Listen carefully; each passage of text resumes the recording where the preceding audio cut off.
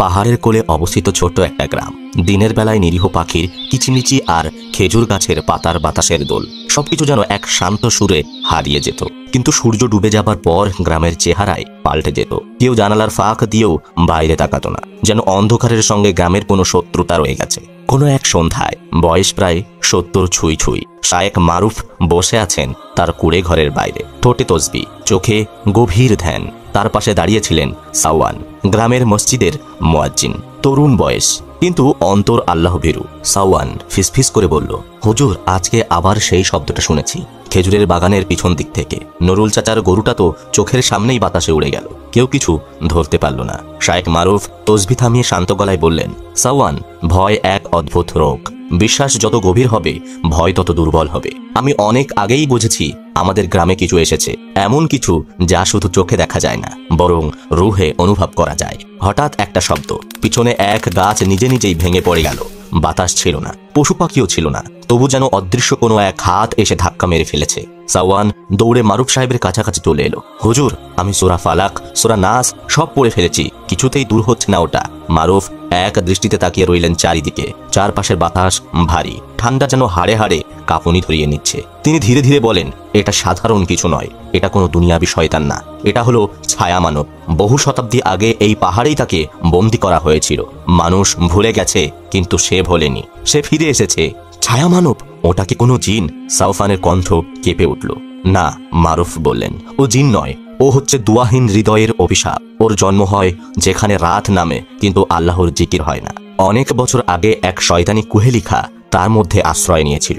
এখন সে রূপ নিয়েছে এক ছায়ার, যে আলো আসতে পারে না, কিন্তু ছায়ার মতো লেগে থাকে, ধ্বংস করে ধীরে ধীরে। সেই সময়ের কুয়োর দিকে থেকে ভেসে এলো ফিসফিস শব্দ। মনে হচ্ছিল কোনো অদৃশ্য কণ্ঠ বলছে, তুই আমার জায়গায় বসেছিস, এই পোড়া শরীর আজ পোড়া পোড়া। সাওফান ভয়ে পিছনে সরে গেল। তার হাতে সেই পুরনো লাঠি, যার উপর খোদাই করা ছিল আয়াতুল কুরসি ও সূরা ফাতিহা। আকাশে চাঁদ ঢাকা, বাতাস থেমে গেছে, আশেপাশে নিস্তব্ধতা এমন যেন সময় থেমে গেছে।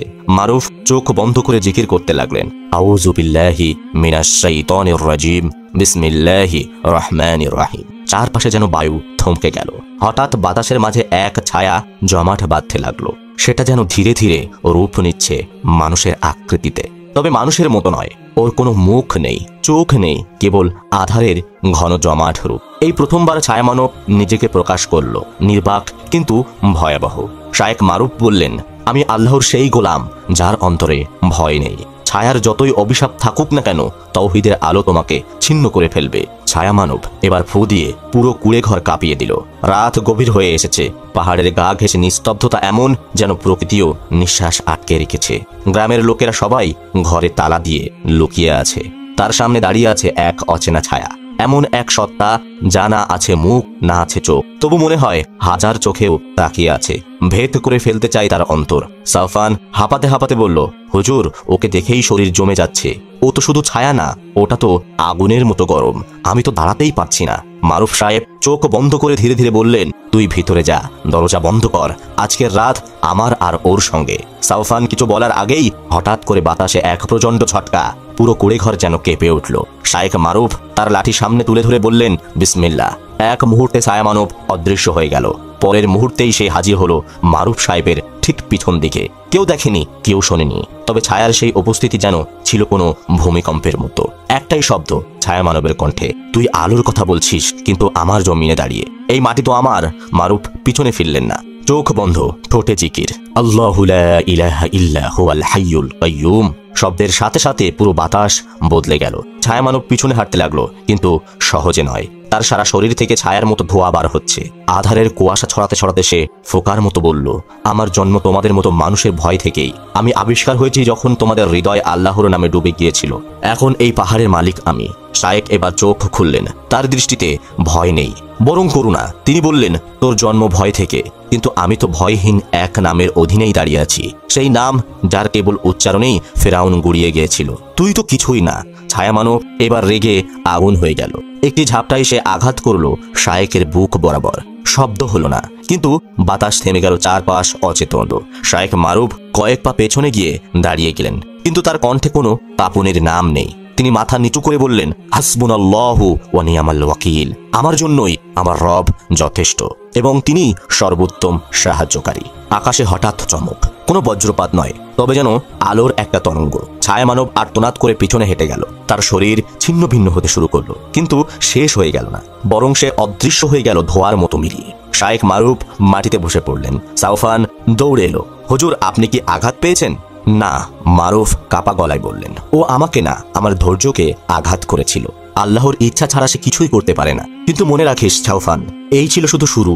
সে আজ পিছু হেঁটেছে, তবে সে গেছে আরো শক্তি নিয়ে ফেরার জন্য। পরের দিন সকাল। সূর্যটা গ্রামের আকাশে উঠেছে ঠিকই, কিন্তু তার আলো যেন কেবল ফিকে হয়ে গেছে। পাখিরা আজ ডাকছে না, বাতাসেও যেন ক্লান্তি। গ্রামের মানুষজন ঘর থেকে বের হচ্ছে, কিন্তু একে অপরের চোখে তাকাতে ভয় পাচ্ছে। মারুফ দীর্ঘশ্বাস ফেলে বলতে শুরু করলেন, অনেক বছর আগে এই পাহাড়ের পিছনে এক গুহা, যেখানে এক জাহিল রাজা তার ভয়ঙ্কর কুফরি জাদু অনুশীলন করত। সে মানুষের ভয় থেকে এক আত্মা তৈরি করেছিল, আধারের আত্মা, যার কোনো রক্ত নেই, কিন্তু প্রতিশোধের আগুন আছে। ছায়া মানব তারই তৈরি। যখন মানুষ আল্লাহর নামে ডুবে যায়, যখন রাত হয় অথচ কোনো ঘরে নামাজ থাকে না, তখন সে জন্ম নেয়। সে ভয় থেকে তৈরি এবং ভয় দিয়েই বাঁচে। সাউফান থমকে গেল। তাহলে হুজুর, সে কি মরবে না কখনো? শায়েখ মারুফ একটু চুপ করে থাকলেন, তারপর বললেন, ওকে হত্যা করা যাবে না অস্ত্র দিয়ে, বরং তাকে নিঃশেষ করতে হবে আলো দিয়ে।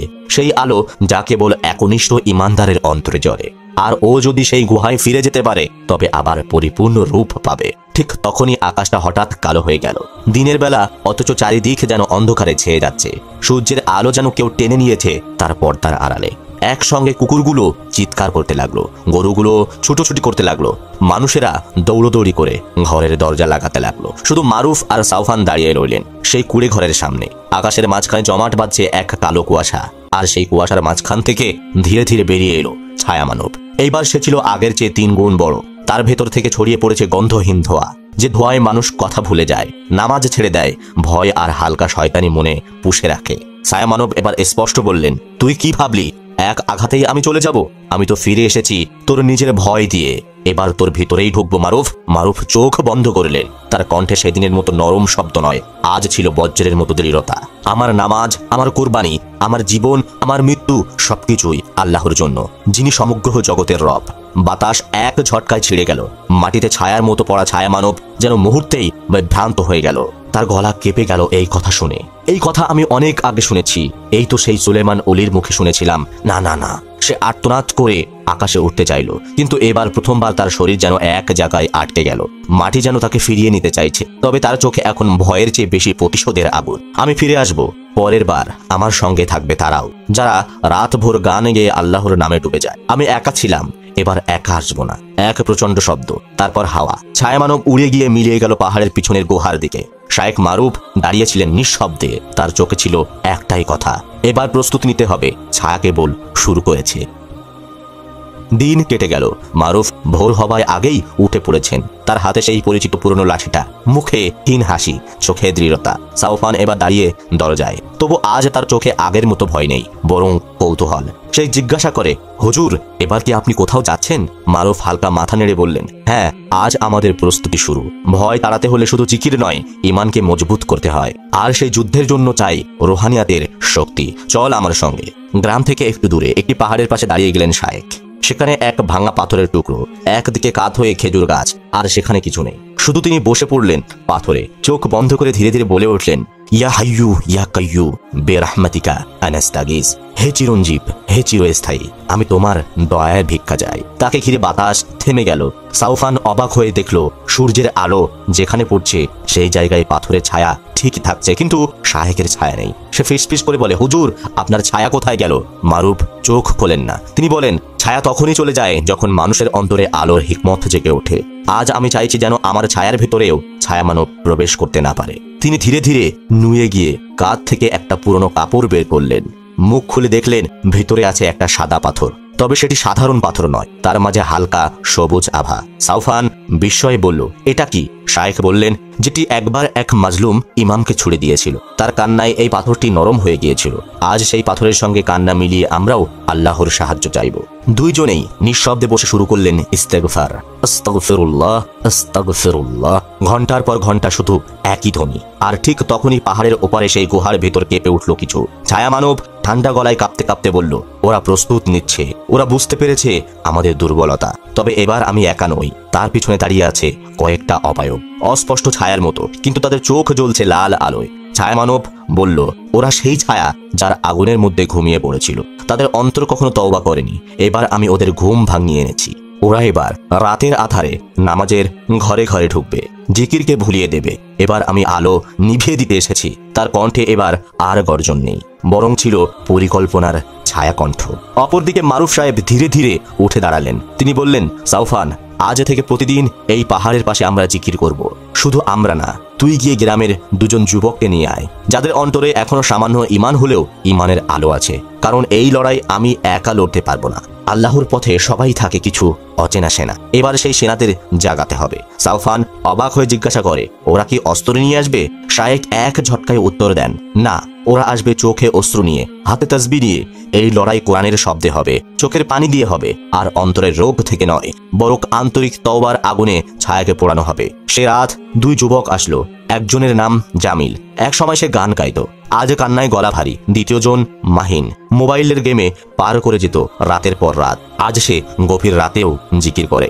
শায়েখ বললেন, তোমরা প্রস্তুত হও, ছায়া আবার আসবে, কিন্তু এবার তার সামনে আমরা থাকবো না শুধু আমলে, না শুধু আজানে, আমরা থাকবো আল্লাহর নাম, রুহানিয়াত নিয়ে ইনশাআল্লাহ। রাত গভীর হতে হতে হঠাৎ যেন পুরো গ্রামের বাতাস ভারী হয়ে উঠল।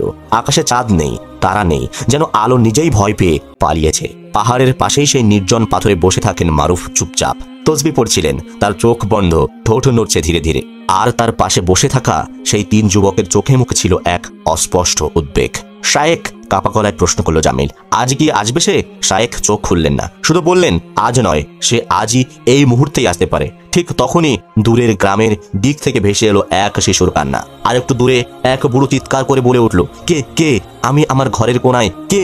পাহাড়ের ওপরে থাকা গাছগুলো পাতা থরথর করে কেঁপে উঠল, অথচ বাতাস ছিল না, শুধু কিছুর উপস্থিতি, কোনো অদৃশ্য কিছু, এক অশুভ সত্তা ধীরে ধীরে গ্রামটাকে ঘিরে ধরেছিল।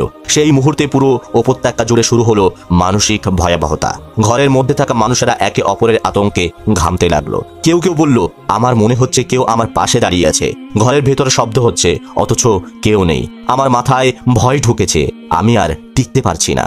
ছায়া মানব হাজির হয়েছে, সে এক ছায়ার রূপ নিয়েছে, তার চোখ জলজল করছে লাল আগুনের মতো, কিন্তু মুখ নেই, কেবল এক গহ্বর, যেখানে গুনাহের সবকিছু ফিসফিসানি জড়ো হয়েছে।